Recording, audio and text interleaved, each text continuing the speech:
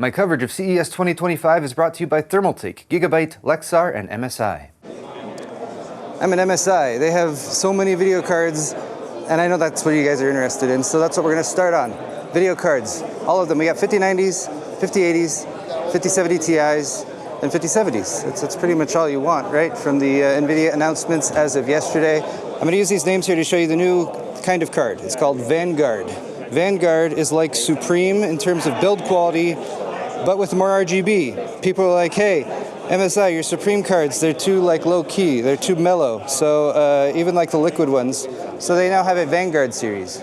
So if you're interested in buying an RTX 5090, and we're really hoping that there's reasonable stock of these so that they don't sell out everywhere, and they are $2,000, like starting MSRP, so that's also going to be a bit of a deterrent for some people, but we're also, of course, expecting these to be the new hotness, the replacement for the 4090, and probably the best graphics card on the market for quite some time. This is the Ventus 3X. This is an existing lineup from MSI, and this is going to be your baseline card, your base model. This should be MSRP. Fingers crossed if they don't sell out and get scalper pricing. But this card has all you need. It's got a nice back plate. It's got the blow-through cooler. It's got plenty of big fat heat pipes in there to keep things cool. Most notably, the Founders Edition 5090 that Jensen showed off at the keynote is only a 2-slot card. So I am very curious, once we can do reviews on these units, how much more effective the cooling might be with going with a bigger, wider solution, because most of the cards that we're going to be showing you guys today are at least 3 slots, if more than that. And they're also quite long, and they typically have a triple fan cooling solution as well, with at least one of those being a blow-through area, which is very effective to cool the fins and keep the GPU cool as well. With that said, the next step up is the Gaming Trio OC that we have right here. This one has a nice, clean black finish. For MSI this time around, they're having this sort of shrouded area here, and I think we have one that's lit up, but you'll see the RGB kind of shine through that there, and it gives it a little bit of a diffusion. This card is a little bit fatter than the Ventus, so you're theoretically, in theory, it will cool a little bit better. Unlikely this is going to ship with the higher manufacturer overclocks. Fortunately, all these GPUs are still just using a single 12V 2x6 connector, and they're all going to have the same video outs on the back, which is an HDMI 2.1 and 3 DisplayPort 1.4As. The next step up from there is the Vanguard. As I just mentioned, this is a new series of GPUs from MSI. It's going to slot in just below the Suprim series and just above the Gaming Trio OC. So if you like the build quality and the overclocking experience that you get with a higher end card like the Suprim, but you really like RGB too, and you really want sort of that more gamer aesthetic, the Vanguard is what MSI has created for people who are just like the Suprim is a little too buttoned up for me. The Suprim series will still live on as well, though. We have the GeForce RTX 5090 32G Suprim OC right here. This is again a chunky boy cooler. It looks like it's a 3+ slots. We could basically call it a 4-slot card. But it is looking really nice, really clean. I do like sort of the dark gray, kind of metallic finish that MSI has been going. It has a little bit of a brush metal finish on there. It's got the Suprim logo down here. Ooh, look, it's still got the plastic on it. I'm gonna peel that off. There we go. So you get this exclusive first peel of the Suprim RTX 5090 right here. Another nice practical feature I should mention that a lot of these cards have, actually all the cards from the Gaming X Trio and above, so that's a feature that you don't get with the Ventus, but Gaming X Trio and above is going to have this little switch on it right here. That's just a dual V BIOS, so you can quickly switch between silent and gaming, or you can configure each BIOS so you can switch back and forth between them if you're like a hardcore overclocker and you like to have multiple configurations for your GPU. Here's the liquid cool version of the Suprim Liquid OC. We actually have messed around with the 4090 version of this card. Actually, that's what Joe is using in his system. So like a lot of videos that you've seen edited have been edited, at least partially, on a Suprim Liquid OC card from MSI, the 4090, which is really nice. The 5090, they have bumped up the cooler, if you didn't notice over here, 360mm AIO instead of 240, so even more heat dissipation, which should be helpful since the 5090 is a 575-watt TDP.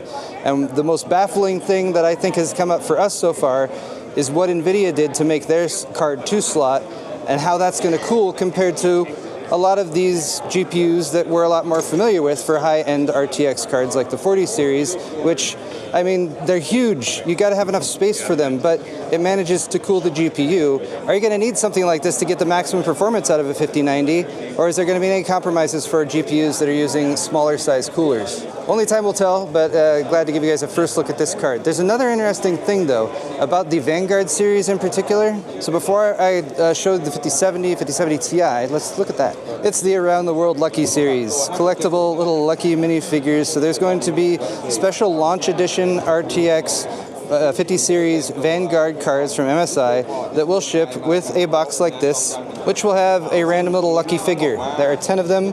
It's like a global experience, so you can see different luckies from different areas, like there's Taipei 101, so this lucky is obviously from Taiwan.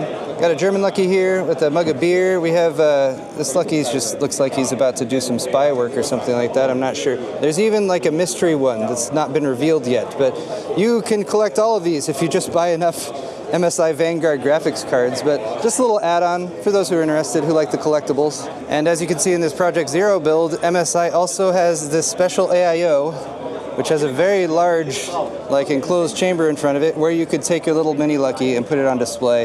That's a standard Lucky right there, just for demonstration purposes. Anyway, obviously that doesn't give you any added performance for the card, but some people like collecting stuff. I've been doing Legos recently, so I can't complain about collectible random stuff.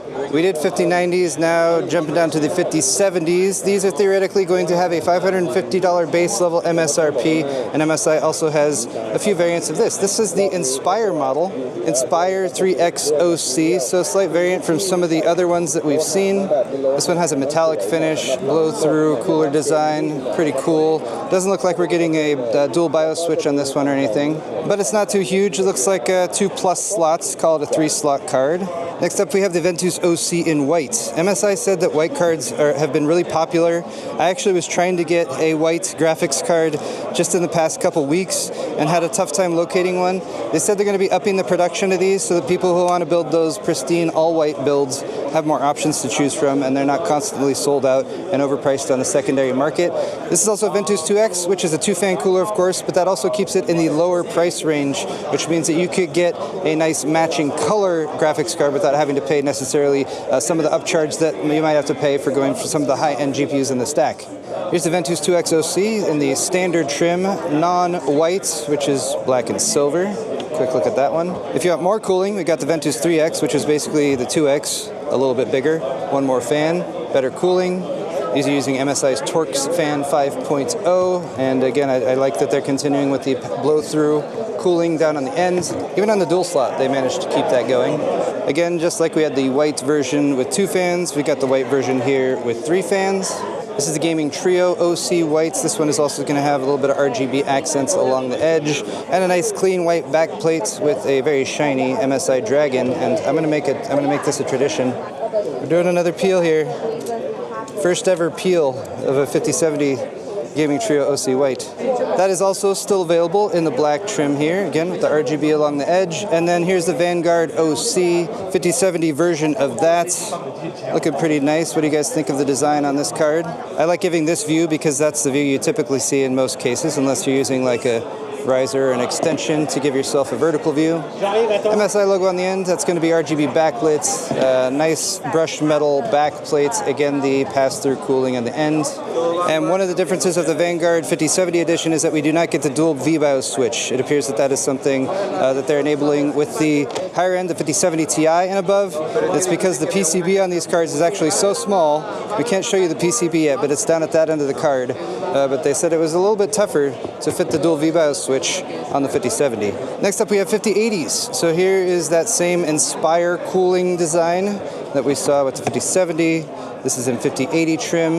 Looks like they're still keeping this to 2+ slots, a little bit less than 3. And it has a nice clean metallic finish around the outside. It's not quite silver, I'll call that like a little bit towards the bronze, or it's got a bit of a golden sheen to it, I would say. And again, nice clean looking back plates. That's the 5080 Inspire 3X OC. I'm going to get through these a little bit quicker because you've seen a lot of these designs already. So here's the Ventus 3X OC RTX 5080 trim. Again, the Ventus series is going to be the one that is MSRP priced or as close to that as possible, which means you're not going to get the bells and whistles such as the V-BIOS switch, but you are going to get a card that, again, is hopefully close to MSRP. Here's the Gaming Trio OC White, continuing that RGB accents with a little bit of diffusion along the edge there. Again, that nice clean back plate, and thankfully with the 5070 Ti series and above, for the above Ventus models, we are going to get dual V-BIOS switches.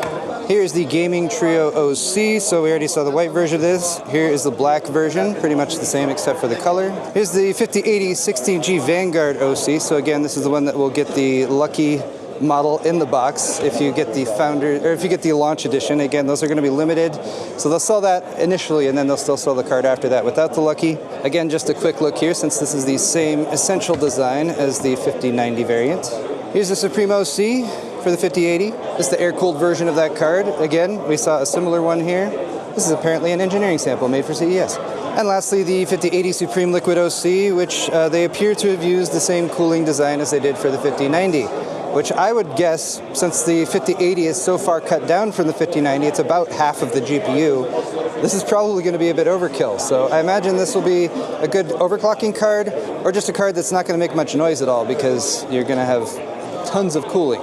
And finally, 5070 Ti is the final GPU that NVIDIA announced, and again we have essentially the same lineup, starting with the Inspire down here at the ends, a nice trim card with a light gold finish. We have the Ventus 3X OC Plus. This is going to be the GPU that's closest to MSRP for the 5070 Ti. MSRP, by the way, is $750 for that GPU. Gaming Trio OC in white is right there. The Gaming Trio OC Plus 5070 Ti is right here. And lastly, once again, the Vanguard OC, the new design from MSI, and this one again, you'll get that little lucky figure with. I'm flipping it just to make sure. Yes, this is essentially the same cooler design that we saw with the other versions of the Vanguard. Nice looking card, very big.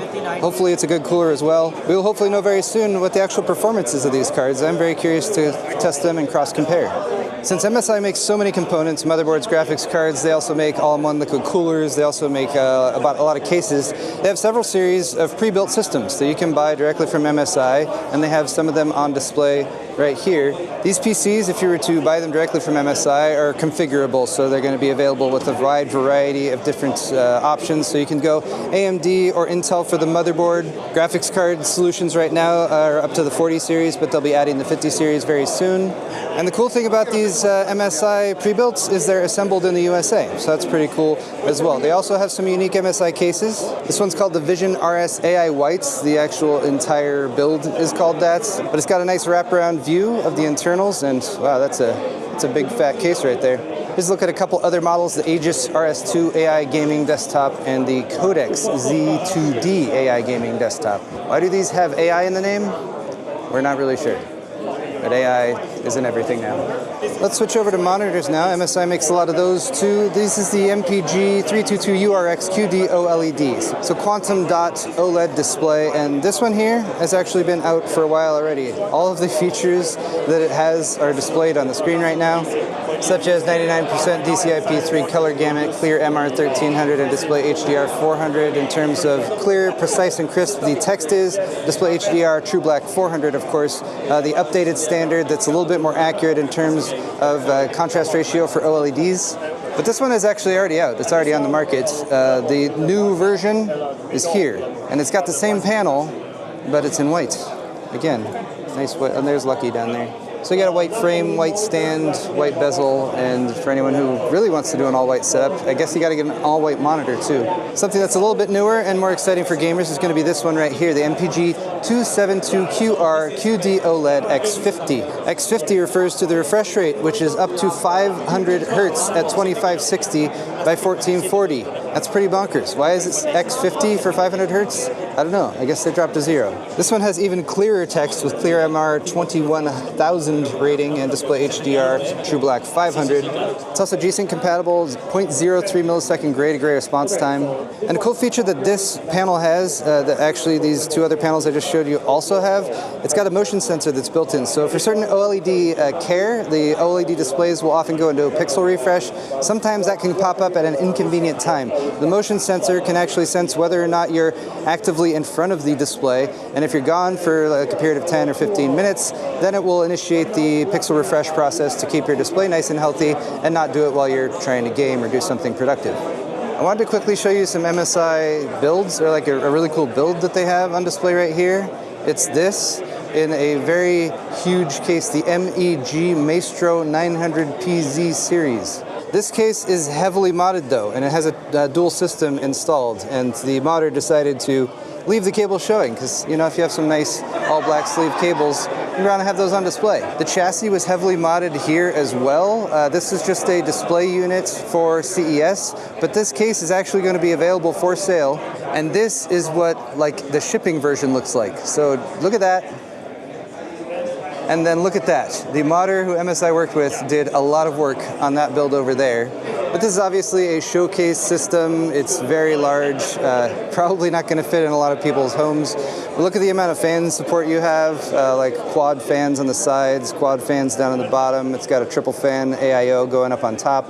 They've installed a single build in this system with dual GPUs, so I guess it's more of a workstation. And it's just quite breathtaking, so I wanted to share that with you guys. Speaking of MSI Project Zero, they're taking that a little bit further, going more extreme with getting rid of the cables with Project Zero X right here. This is a concept design, so this is one of those things they have on display at CES. They may or may not bring it to market, depending on what sort of interest there is in it. But I will say, since my complaint with some of the Project Zero and the hide the cables trends has been, well, there might still be some cables visible, they've gotten rid of nearly every single one with this build. And if you're looking at the motherboard and being like, where's the I/O? Or if you're looking at the GPU and being like, where do I plug in my graphics card?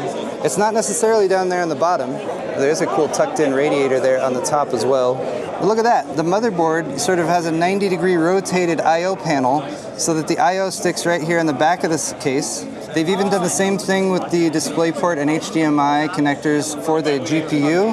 And as you can see, they've also included a lot of ventilation back there. So this seems like a very interesting concept, and also something that might be, I don't know, what do you guys think of stuff like this? On the one hand, it looks beautiful, it's so clean. I can see some practical elements to this design rather than just being aesthetic improvements. But of course, this would lock you into a somewhat proprietary system, because obviously these components are not going to be cross-compatible like with a standard RTX chassis or anything like that. The other cool thing is that you get a nice view of the system from this side or this side over here. So whether you want to have it on the left side or the right side, like on your desk, it's okay either way. So that's Project Zero X, a pretty cool concept from MSI. Getting back to a couple monitors, here's the MPG 272URX QD-OLED. And look, it's the world's first 27-inch 4K 240Hz QD-OLED gaming monitor. The panels for these come from LG, so there's actually multiple brands who are going to have monitors that have this panel, and they're all the world's first 27-inch 4K 240Hz QD-OLED panel. The benefit of 27-inch with the 4K resolution is going to be pixel density, so you're going to get really clear text, clear MR 13,000 rating. It's also display HDR 400 True Black rated. 240Hz at 4K with 166 PPI though, G-Sync compatibility of course, and it's OLED. The OLED is awesome. I love monitor names, don't you? This is the MPG 274URD FWE16M. Oh my gosh.